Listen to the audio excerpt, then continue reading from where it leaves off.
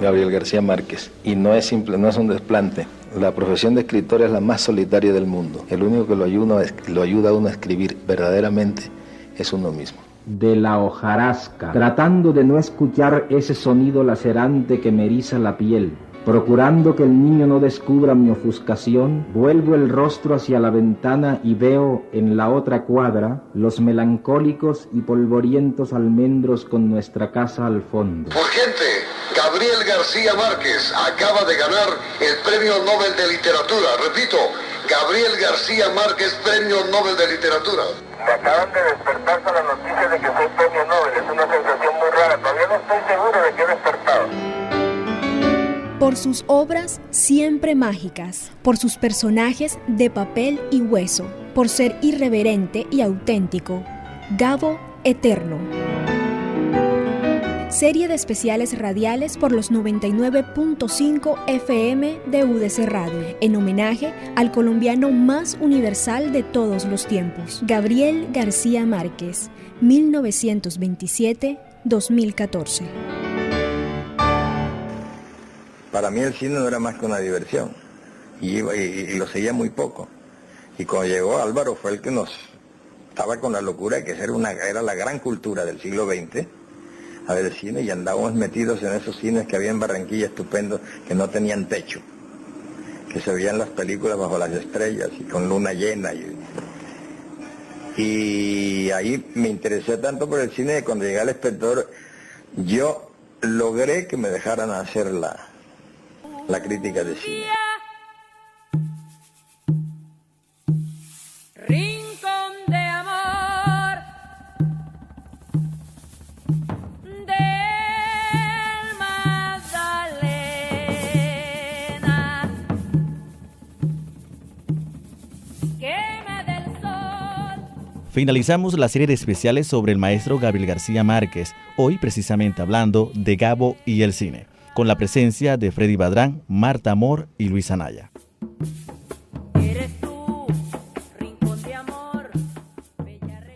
La verdad es que el cine, el paso de la literatura de García Márquez al cine no fue muy fructífero, sobre todo en las obras más reconocidas. Yo creo que hay algunas cosas en mi concepto que se pudieran salvar. A mí por lo menos siempre me llamó la atención El Coronel de Ripstein. Incluso una de las últimas películas de él, del Amor y otros demonios de esta señora Hidalgo de Costa Rica, también fue una película que me gustó mucho. Me soñé que estaba en un bosque y me llovía mierda de pájaros. Oh, es un buen signo. Soñar con pájaros es de buena salud. Crónica de una muerte anunciada, dirigida por Francesco Rossi, año 1987. ¿Olvidaste que el obispo llega hoy?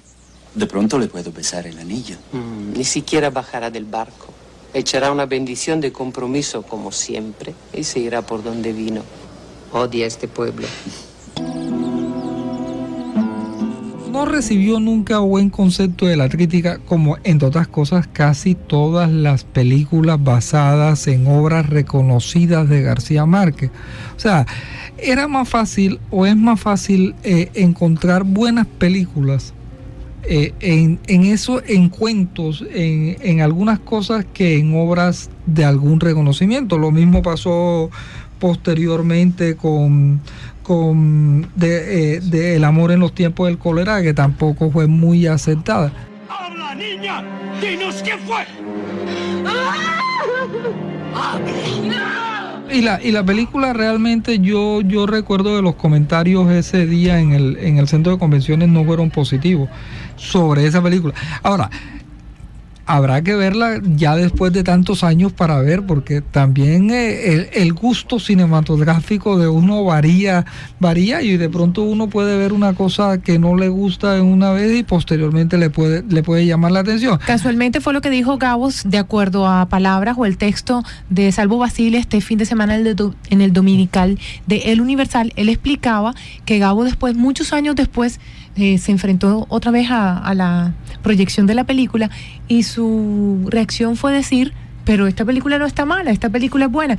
Y yo debo añadir es que, por ejemplo, en la forma de contar, lo que se cuenta como tal, cuando uno ha leído el libro y uno ve la película, uno dice, pero ¿qué detalle se escapa? O sea, realmente uno siente que si bien hay cosas de la literatura que son imposibles trasladar a este otro lenguaje, sí uno encuentra una cercanía bien importante, ya diferente con El amor en los tiempos del cólera, en la que notamos, y para todos fue desastroso el tema del maquillaje, para todos fue desastroso el tema del casting, sobre todo el de Fermina.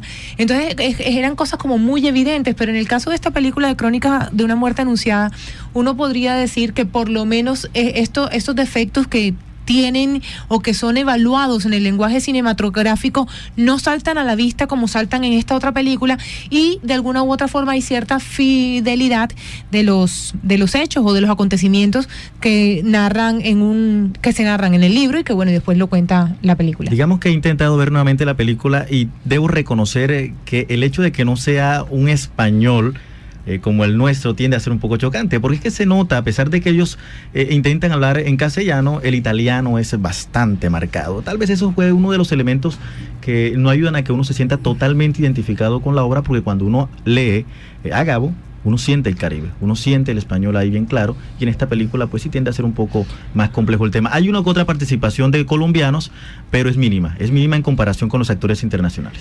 Bueno, y ya que estamos hablando pues de esta época de Gabo, yo quiero que Freddy también me comentes alguna dificultad que hubo en la producción de la película o del cuento de Gabo adaptado al cine, de un señor muy viejo con unas alas enormes. También se ha comentado lo difícil que es llevar esa imaginación, eso crear, y bueno, tuve la oportunidad de estar en un conversatorio donde se hablaba de esta película, y era de crear esas alas enormes. Para la imaginación era algo muy sencillo, pero ya para llevarlo al lenguaje audiovisual, pese que hay mucha ficción en el lenguaje audiovisual y hay muchos recursos para poder crear y transformar con artificios. Para el caso de las alas, siempre hubo cómo haríamos las alas, y fue la gran preocupación del director y el productor de esta película, y al final es como la verosimilitud, es el éxito que podría tener el cineasta o la producción, y cuando no se logra la verosimilitud esa esperada, cuando de alguna u otra forma se ve forzado esos ambientes de la imaginación o esos elementos de la imaginación, es cuando uno podría pensar que se ha fracasado en ese intento. Sí, lo que pasa es que de todas maneras llevar el cine de García Márquez con esa exuberancia, llevar la obra de García Márquez al cine con esa exuberancia lleva una dificultad muy considerable. García Márquez siempre dijo que 100 años de soledad, por lo menos mientras él estuviera vivo, nunca lo iban a llevar al cine, a pesar de que había un director como de reconocimiento tan espectacular como Kurosawa, que siempre, Akira Kurosawa, siempre quiso llevar esa película a la pantalla. Pero qué tan fácil sería pasar esa historia tan enredada de alguna manera de 100 años de soledad al cine. No sé, se desenreda un poco, pero el punto es que Gabo dice, yo quiero que la cara de Aureliano quede en la imaginación de cada uno, y defendió hasta el final. A él le hicieron propuestas muy tentadoras para que vendiera los derechos y poder hacer la película, y siempre se mantuvo. Yo creo que se le va a respetar su voluntad. De cierto modo se pierde la magia con mandarlo al cine. Ahora mismo está el tema de que van a decir ya los herederos, porque ya es una decisión que no viene, pero yo creo que si se le respeta la voluntad, esta película pasará muchísimos años a que se convierta en película, porque no podremos decir que en un futuro algo suceda. Sin embargo, hay un dato curioso con respecto a 100 años de soledad que lo tiene Luis Mestra, y es con relación a que esta película sin derechos fue hecha. Farewell to the Ark es la película de la cual estaba comentando Marta, del director Shuji Teriyama. Película que, como les mencionaba, no tenía los derechos de Gabriel García Márquez, no tenía la autorización para ser llevada, pero que, según algunos críticos, recoge un poco la magia de 100 años de soledad. Sin embargo, vamos a coger el consejo que nos da Freddy para que los que quieran buscar esta película. Farewell, Farewell, Totheark. Farewell to the Ark. ARK. Y la del director es Shuji Teriyama, y es, como les digo, los comentarios que recibimos de esta película fueron muy positivos, así que hay que hacer el intento de ver 100 años de soledad en un contexto japonés. ¿Qué tal? Bueno, pero por lo menos hay la pelea de gallo. Ahí se presentan detalles que uno pensaría que tal vez en ese contexto internacional no se ve. Por lo pronto los invito a escuchar otros apartes de una cinta que nos va a relacionar a Gabo con el cine mexicano. Esta es la película que revela un cine mexicano diferente. Esta es la historia de lo que tenía que suceder irremediablemente. Perseguido por el odio. Ya pagaste tu crimen con la justicia. Ahora tienes que pagarlo conmigo. Juan Sayago. No habrá un lugar en la tierra donde puedas meterte sin encontrarme. La venganza era como una sombra en su camino. Supongo que ya sabes que tu novio está dispuesto a matar a un hombre. ¿Sí? Solo, temeroso, un hombre va al encuentro de su destino. Fueron a matarse. Tiempo de morir. Es la película realizada por el director más joven del mundo, Arturo Ripstein. De Tiempo de morir, ha dicho la prensa.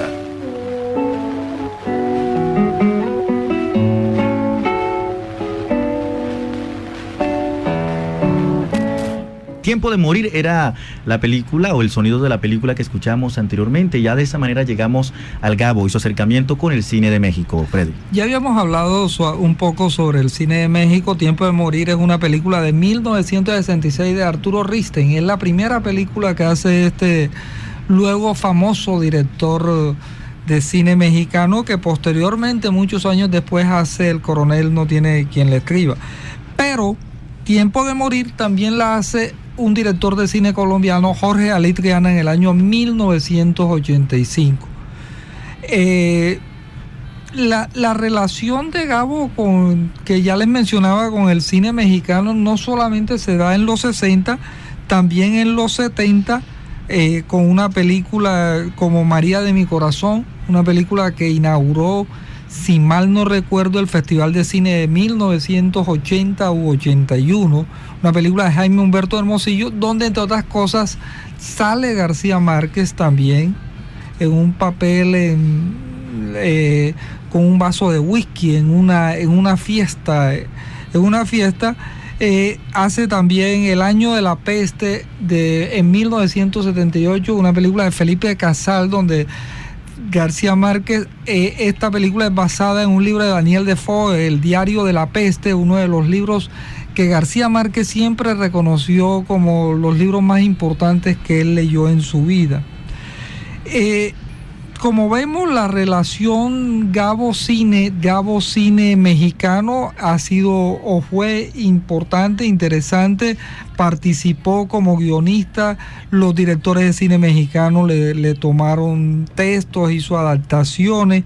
O sea que eso de que hablaba al principio del matrimonio mal avenido no parece ser. Parece que García Márquez tuvo una relación cercana al cine. En los 70, en mi concepto, se hace la mejor película de García Márquez, que es una película que se llama Presagio, de 1974. También estuvo en uno de los Festival de Cine de Cartagena por esa época. Yo tuve la fortuna de verla en Magangué muchos años después, una película de Luis Alcoriza. Y es importante mencionar este nombre que ya Marta decía.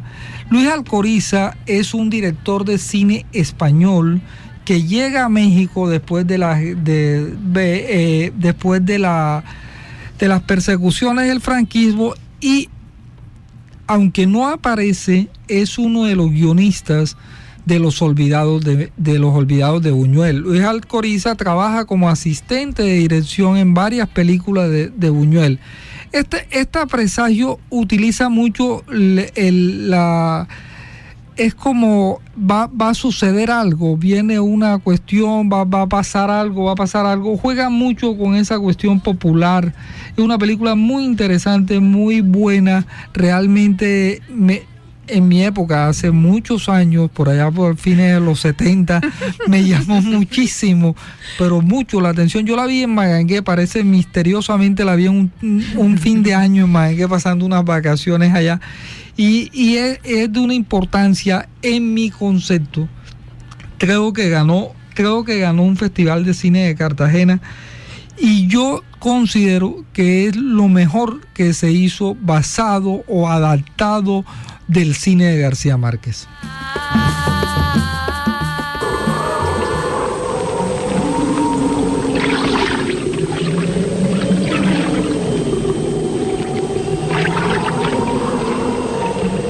Anoche soñé que estaba esperando una carta. ¿Qué día era en el sueño? Jueves.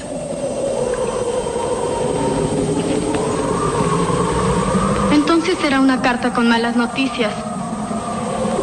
Pero no llegará nunca. Aprovecha mañana para lavar también la alfombra de la sala, que no ha visto el sol desde los tiempos del ruido. Sí, abuela. Plancha toda la ropa antes de acostarte, para que duermas con la conciencia tranquila. Sí, abuela. Revisa bien los roperos, que en las noches de viento tienen más hambre las polillas. Sí, abuela. Con el tiempo que te sobra, saca las flores al patio para que respire. Sí, abuela. Y le pones su alimento a la... Escuchan de fondo apartes de la película de Rui Guerra de 1983 denominada Heréndira. Antes de acostarte, fíjate que todo queda en perfecto orden, pues las cosas sufren mucho cuando no se... Esta es la parte de Gabo y su relación con el cine mexicano en ese especial que UDC Radio realiza en homenaje a este grande de la literatura de América. Sí, abuela. Miguel Litín escribió en el artículo El amante del cine lo siguiente: ¿acaso alguien duda de que sus novelas son páginas de guiones imposibles de firmar porque ya son películas en sí mismas? ¿Cómo repetir el encanto y la maravilla de Remedios la Bella subiendo en cuerpo y alma hacia los cielos? Imagen descrita con precisión de orfebre, pero que cada uno la imagina como quiere. ¿Qué actor tiene el rostro del general Aureliano Buendía? ¿De qué tamaño son los pescaditos de oro o el volumen de la mamá grande y la extensión de sus dominios? Tan exacta proyección de imágenes y misteriosas sugerencias me han llevado a concluir que todo filme acerca de su obra no es sino una aproximación, un deslavado retrato de la película que ya Gabriel filmó cuando llenaba las páginas en blancos. Pantalla al fin y al cabo, con imágenes y palabras que han colmado de felicidad a generaciones de lectores. De allí que sus amigos entendamos que Gabo fuera tan reacio a que sus historias literarias fueran transformadas en imágenes inflexibles, visión ajena al fin de cuentas. El cineasta brasileño Galber Rochar, el más bello cometa del universo del cine latinoamericano, ya se lo había planteado. Comillas, como tu obra es imposible de resumir en una película, iré robándote escenas y las incorporaré en lo que filme cuantas veces pueda hacerlo. Como les decía, es un fragmento de El amante del cine, escrita por Miguel Litín. Viejo pueblo Aracata. ¡Apóyenlo! ¡Vamos!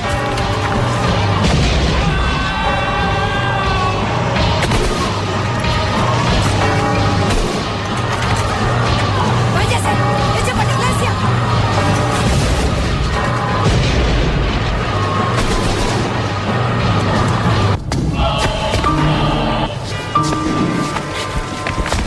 Padre.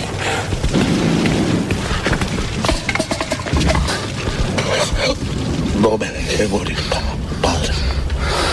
No me deje morir. Ego t'absolvo peccato tuis in nome del Padre, del Figlio y del Espíritu Santo. ¡Quieto, niño! O aquí te mueres. Si voy bien, tú eres el hijo de Aminta Páramo. De fondo, el tráiler de la película Edipo Alcalde de 1996, dirigida por Jorge Ali Triana, con el coguión de Gabriel García Márquez. En este momento centramos a la parte de Gabriel García Márquez y el cine colombiano. Freddy Badrán, a esa hora también saludamos a John Narváez, quien se une a esa mesa de trabajo para conversar también un poco acerca de cómo se ha visto la obra de Gabriel García Márquez en el séptimo arte. John, ¿cómo está? Gracias por esta invitación. Yo Quería hablar fundamentalmente como de su labor en apoyar el proyecto de la Escuela Internacional de Cine y Televisión. Eso se lo soñaron él y Fernando Birri y Julio García Espinosa y Fidel. Entonces se inauguró en el 86 y hay un discurso suyo muy bello que termina con la frase que se aceptan donaciones. Entonces era como más o menos como un poco la idea. Ellos estaban mostrando el camino y abriéndolo un poco para las futuras generaciones audiovisuales. Bueno, ya estaremos comentando un poco acerca de cómo fue la creación de este espacio que le brindó la oportunidad a muchos latinoamericanos de acercarse a Cuba y aprender de cine, eso con la financiación propia de Gabriel García Márquez. Pero hablemos un poco acerca de las películas colombianas que también se han inspirado en la obra de Gabo. Ya escuchamos de fondo el tráiler de Edipo Alcalde, pero también han habido otras cintas que han intentado reflejar los cuentos y los libros en particular de Gabo, Freddy.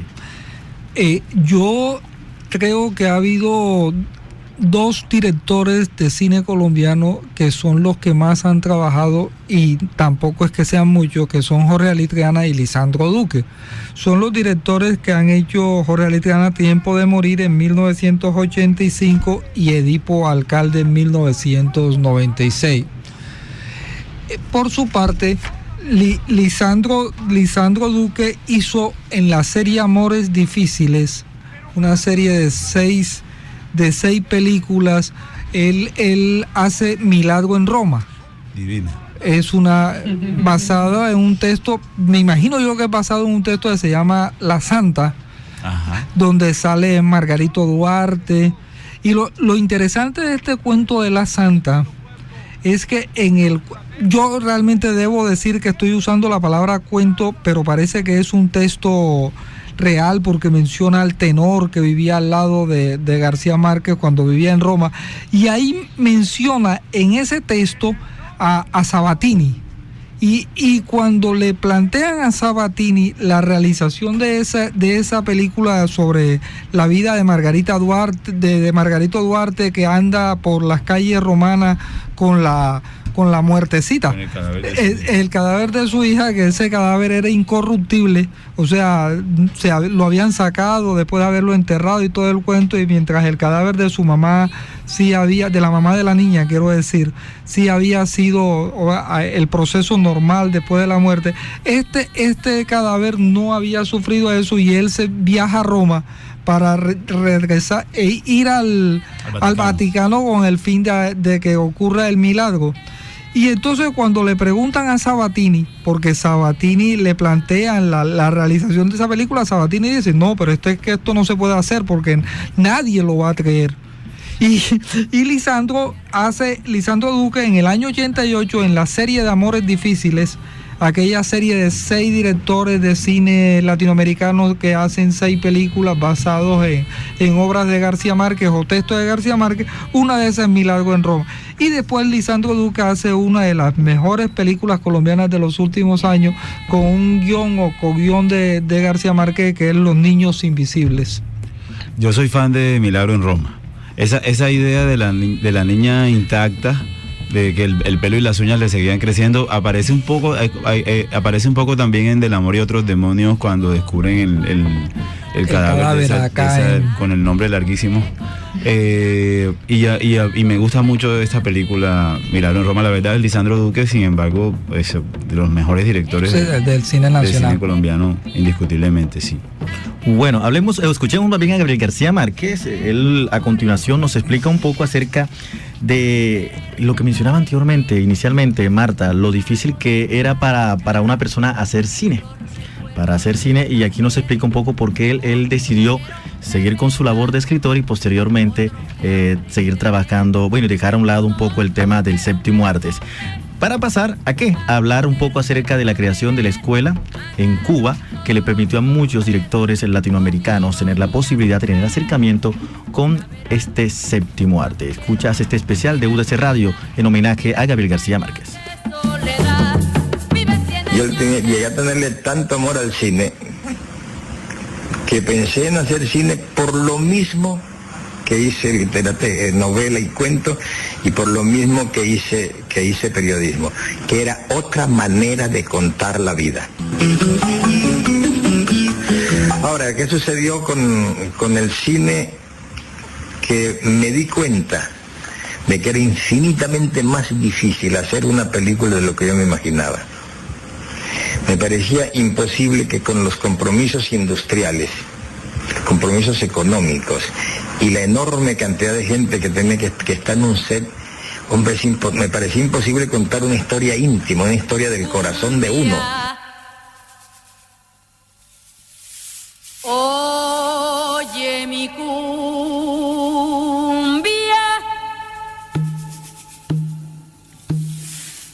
Ahí escuchaban entonces a Gabriel García Márquez hablando acerca también de su amor por el séptimo arte, San Antonio de los Baños y su escuela de cine en la década del 80. Se convirtió en un referente para todos los amantes del cine a nivel hispanoamericano, que encontraron en este lugar el nicho perfecto para prepararse y tener contacto también con grandes directores. Usted que tuvo la oportunidad de estar en ese lugar, John, ya usted nos adelantaba un poco cómo sucedió, cómo ocurrió esa idea de crear un espacio que fue financiado inicialmente por Gabriel García Márquez. ¿Aún se respira el espíritu de Gabriel García Márquez en este lugar? Él incluso fue profesor hasta cuando pudo. Nosotros, yo soy egresado del 2005 y él todavía venía cada diciembre a un taller que era famosísimo porque los estudiantes de guión de la escuela, pero gente de todo el mundo también se inscribía para tener esas sesiones con él. La gente debía presentar como una historia. Y entonces, bueno, era un ejercicio tremendo para ellos, digamos, que su historia fuera criticada, destruida o alimentada por el propio García Márquez. La escuela nació precisamente, dicen que hay un mito en los pasillos de la escuela que dicen que García Márquez le dijo al oído a Fidel Castro, le dijo al oído a García Márquez: nosotros no estaremos aquí haciendo cineastas para Hollywood.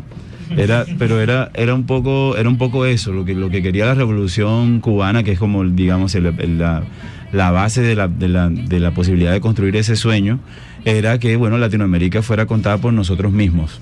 En lugar de lo, digamos, a lo que estamos acostumbrados, que es que vienen aquí y hacen historias sobre nosotros. Entonces era un poco, ellos estaban haciendo lo correcto en ese momento. Incluso una de las placitas de la escuela se llama Sabatini, porque él había sido hasta ese momento como una de las grandes inspiraciones para todos ellos, que todos ellos habían en algún momento estudiado en Italia, Fernando Birri y Julio García Espinosa. Entonces se trataba fundamentalmente, y se trata todavía, de que nosotros seamos los narradores de nuestra historia. Sai. Ora, mas eu cheguei primeiro. Aqui ninguém chega antes de Dom Orestes. Tem encontro marcado todas as quintas, 9 da manhã, até que um de nós dois morra. De modo que fizemos uma república livre para que tudo continue igual. Os ricos continuam sendo os primeiros. Se o senhor vem fazer negócios na festa do Divino, é bom estar de bem com o maior fabricante de cachaças da região. Por favor, Dom Orestes. Uma terrível história de amor e sangue. Os dois foram encontrados mortos ontem de madrugada. Que maravilha, Dom Orestes, pura como a virgem. Obrigado, Bragança. E a etiqueta uma...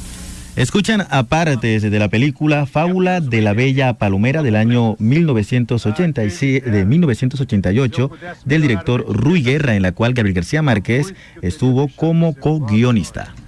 Esta película hace parte de la serie Amores Difíciles, que ya les mencionamos cuando hablábamos de Milagro en Roma, la película de Lisandro Duque. Además de estas dos está Cartas del Parque, de Tomás Gutiérrez Alea, uno de los directores más reconocidos del cine latinoamericano, que entre otras cosas es una película basada en un pasaje del amor en los tiempos del cólera. Está también el Verano Feliz de la señora Forbes, de Hermosillo, el mexicano, Un Domingo Feliz de Olegario Barrera, de Venezuela, y Yo Soy el que tú buscas, de Jaime Chavarri, un realizador español. Estas 6 películas forman parte de ese intento o esa realización de García Márquez que hizo, llamado Los Amores Difíciles. Y ahí escuchaban el portugués. Siguen llegando noticias de San Antonio de los Baños. John, ¿qué tanto ha escuchado de la escuela en la actualidad? Bueno, la escuela sigue firme, a pesar de que, digamos, económicamente es un proyecto muy difícil de sostener. La escuela permanece ahí en la formación de los cineastas latinoamericanos, fundamentalmente, pero también de de todo el mundo. Yo estudié con gente de Zimbabue, de Burkina Faso, de cualquier lugar del mundo. ¿Cuántos semestres estuviste allá? La escuela cambia. Digamos, al principio era 4 años y medio, después pasó a ser de 2 años, que es en la generación en la que yo entré, y ahora actualmente son 3 años de formación. Hay una formación, digamos, básica, y hay especializaciones: dirección de ficción, dirección de documental, guión, edición. Y hay profesores invitados. Todo el tiempo. Digamos, los profesores fijos son como los coordinadores de las cátedras. Todos los demás profesores van y vienen de todas partes. De Cartagena, de acá de la región Caribe, ¿conoces a algunos además de tú? Egresados. Egresados, sí. Carlos García, que es un sonidista alucinante, que ha trabajado en la postproducción de Nymphomaniac, la película de Lars von Trier, entre otras películas. David Cobo, que es cartagenero.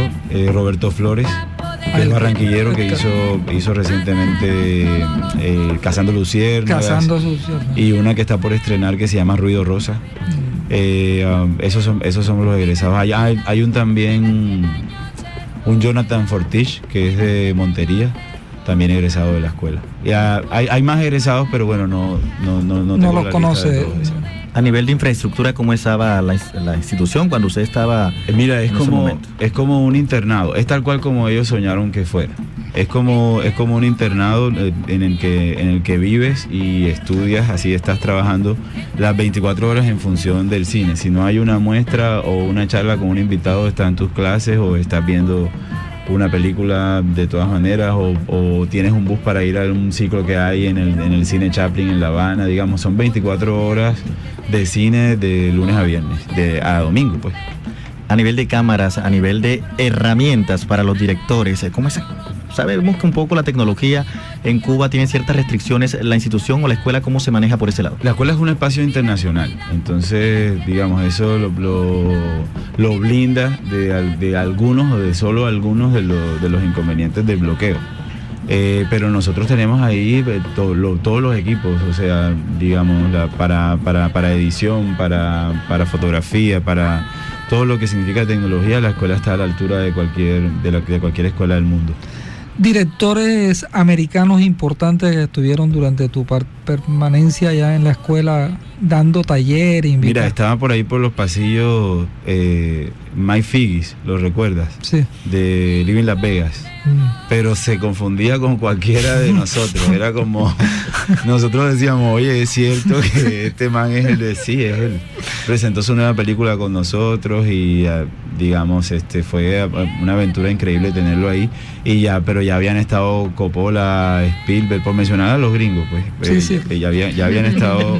Y a los gringos conocidos. Y a los gringos conocidos, sí.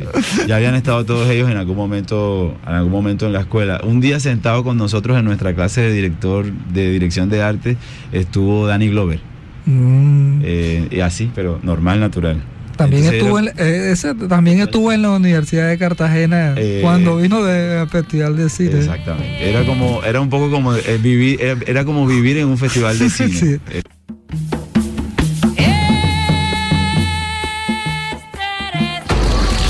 Los quiero ver en la iglesia rezando un rosario a cada uno de ustedes.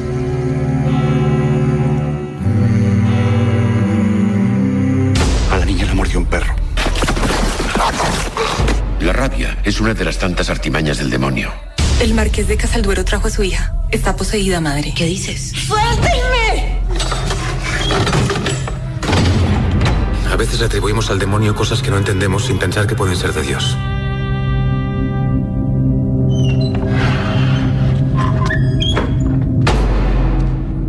Hilda Hidalgo llevó al séptimo arte del amor y otros demonios. Eso es lo que escuchan de fondo.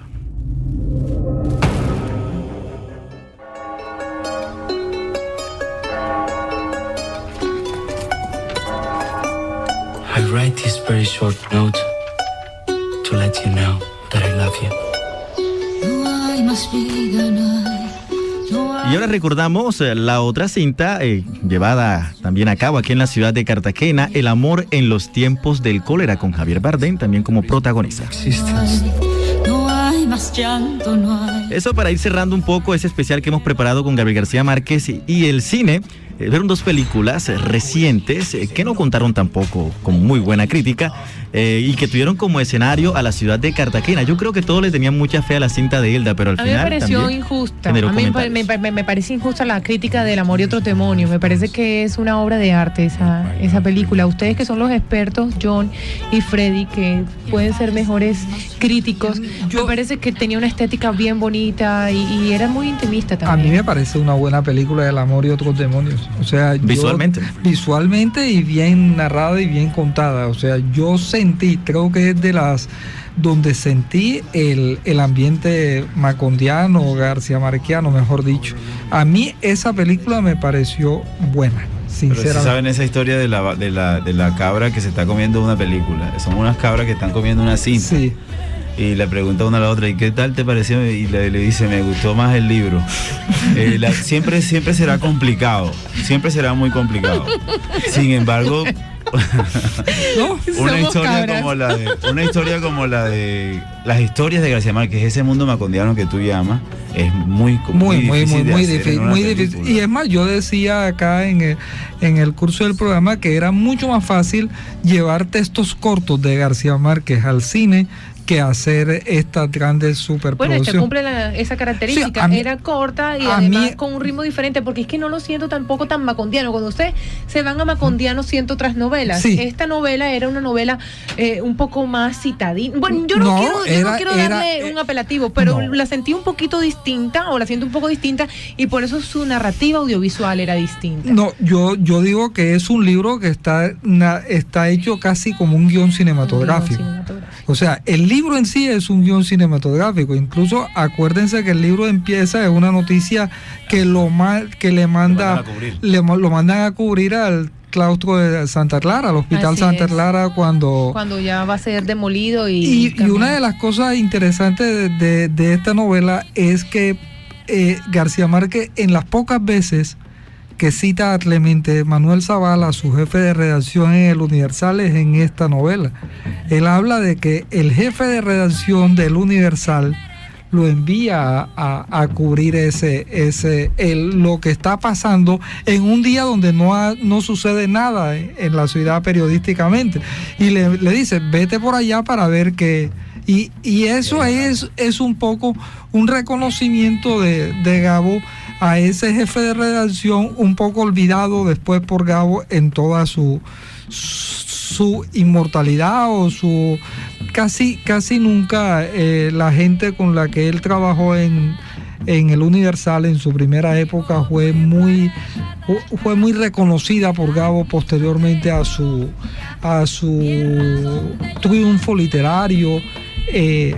Y ahí se ve en esta novela. Pero hablando de la película, yo creo que es de las mejores películas basado en un texto de García. Sí, hay que recomendarlas, recomendamos. Yo también quedé muy impactada con la película y me parece un poco injusta si tuvo una crítica negativa, porque realmente no supe si tuvo tan crítica negativa, lo está diciendo Luis acá. Y bueno, y se escucharon algunas voces, pero pienso que ha sido una cuestión un poco más de publicidad, porque la película creo que tiene elementos rescatables y valiosos. Por el otro lado, pues ya para cerrar, ir redondeando, pero hablar de la otra película que escuchamos el tráiler, El amor en los tiempos del cólera, fue pues la gran frustración, pienso. Es un libro querido, amado por muchísimos, sobre todo aquí en la ciudad. Bardem no menciona esa película dentro de su trayectoria, con decirle. Y bueno, sí fue muy desafortunada el hecho. Yo me le voy más a... Yo creo que la película fue, para decirlo, fue muy maltratada por la crítica, más de lo que realmente merece. Así es. O sea, la película tampoco es que sea desastre cinematográfico. La película tiene cosas importantes. O sea, yo creo que la musicalización, por decir alguna cosa que estoy recordando, es una musicalización decente de la película, decorosa. Ahora, lo que entiendo es que es una película con problemas, como todos los problemas que hemos señalado en la obra de García Márquez llevada al cine. Pero aquí yo leí críticas cinematográficas a esa película que le dieron hasta con el balde. Sí, estoy de acuerdo contigo. Los críticos no rescataron nada de esta película, y yo creo que también trataron de ser fidedignos en cuanto a la historia, Y de alguna u otra forma, los graves problemas que yo veo y que la hicieron difícil al momento de verla era el tema del maquillaje, que fue muy desafortunado, y el tema del casting. ¿En qué sentido? De pronto un poquito el celo, un poquito el capricho de ver personajes un poco más, no sé, costeños, un poco más en este mundo. Pienso que a uno le repele ver algo tan distinto a la cultura, una Fermina Daza que de pronto habíamos imaginado de cierta forma, y nos encontramos pues con una italiana, una estética, una belleza totalmente distinto de pronto a lo que uno podría imaginarse, y ahí creo que entra el tema del casting, de la selección de y hablar en inglés también. Y bueno, y hay otros aderezos que tienen que ver mucho con el cine comercial que seguramente patearon a algunas personas. Pero estoy de acuerdo con Freddy que la crítica se excedió, Sí. le dieron con el bate durísimo, y yo tuve la oportunidad en ese tiempo de escribir un artículo para una revista y resalté eso que acabas de decir, traté de ser mucho más benevolente porque sí creo que tiene elementos para rescatar, sobre todo aparte de la novela, que fueron representados muy bien. Otras superproducciones como El coronel no tiene quien le escriba, a nivel de crítica fueron un poco más amable la recepción. No sé ustedes si alcanzaron a apreciar esta película mexicana en la que también estuvo Salma Hayek. Es una de las últimas películas que dirige Ripstein. Es una película, a mí particularmente también, no es una película excepcional, pero sí es una cinta decorosa, una cinta bien llevada. A mí la segunda vez me gustó más. Sí. Al principio y tiene todas las películas que se han hecho sobre García Márquez, por eso es que la crítica de pronto se pasa, es que la gente espera demasiado. Sí, ya no esperan una película cualquiera, sino que hay El amor y otros demonios. Yo me gustó tanto esa novela que yo voy a ver la película. No, espérate. Es una adaptación que se ha hecho y el lenguaje audiovisual es muy limitado en comparación con un escritor tan prolífico. Yo prefiero otras películas de Ripstein, la verdad. No, sí, es probable, pero tampoco es que sea una película, como decir, mala, desastrosa. Funciona la película. Los actores, por ejemplo, son tremendos. Sí, son muy buenos actores. Memoria de mis putas tristes también fue llevada al cine en el año 2011. Esa no ha llegado a Colombia, creo, ni a la piratería todavía. Esa película de pronto puede ser mejor porque es basado en un libro bastante menor de García Márquez, ¿no? Bueno, pero en todo caso sucede lo que sucede con la mayoría de los libros, que es la misma decepción, es el que te fascinó el libro y te encuentras con una versión reducida a tu experiencia como lector. Pero creo que en términos generales algunas películas terminan con mejor éxito en esa apreciación, pero siempre va a haber ese sentimiento de no fue lo suficiente. Ha bajado, la apuesta ha subido. Mantener al gallo cuesta caro. Si fuera por mí le daría 4 tantos. Pero nomás habla por su amigo. No le sabía la vena de intermediario. La única vena que me sabe es la que me picó. ¿Qué dice, coronel? Pero... No, en los negocios no hay peros. Mire, ahora le doy en adelanto para que se alimente como Dios manda. Estos son los apartes de la película El coronel no tiene quien le escriba, del año 1999 de Arturo Ripstein. Marta, amor, ya vamos llegando al final de esta serie de especiales que iniciamos el pasado martes aquí a las 10 de la mañana en UDC Radio. Llegamos al final.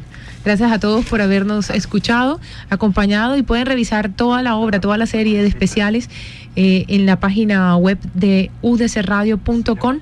A partir de esta semana vamos a tener todos los especiales allí colgados y ustedes podrán descargar si no los pudieron apreciar en vivo y en directo. Agradecimientos especiales a John Narváez y a Freddy Badrán por habernos acompañado con toda esa experiencia que ustedes tienen en el cine, y también por ese paso en la Escuela de San Antonio de los Baños, que nos pudieron nutrir este especial. También a Lucho Anaya y a Angie Giraldo en la producción, a Luis Mestra en la técnica. A todos ustedes, gracias por su sintonía.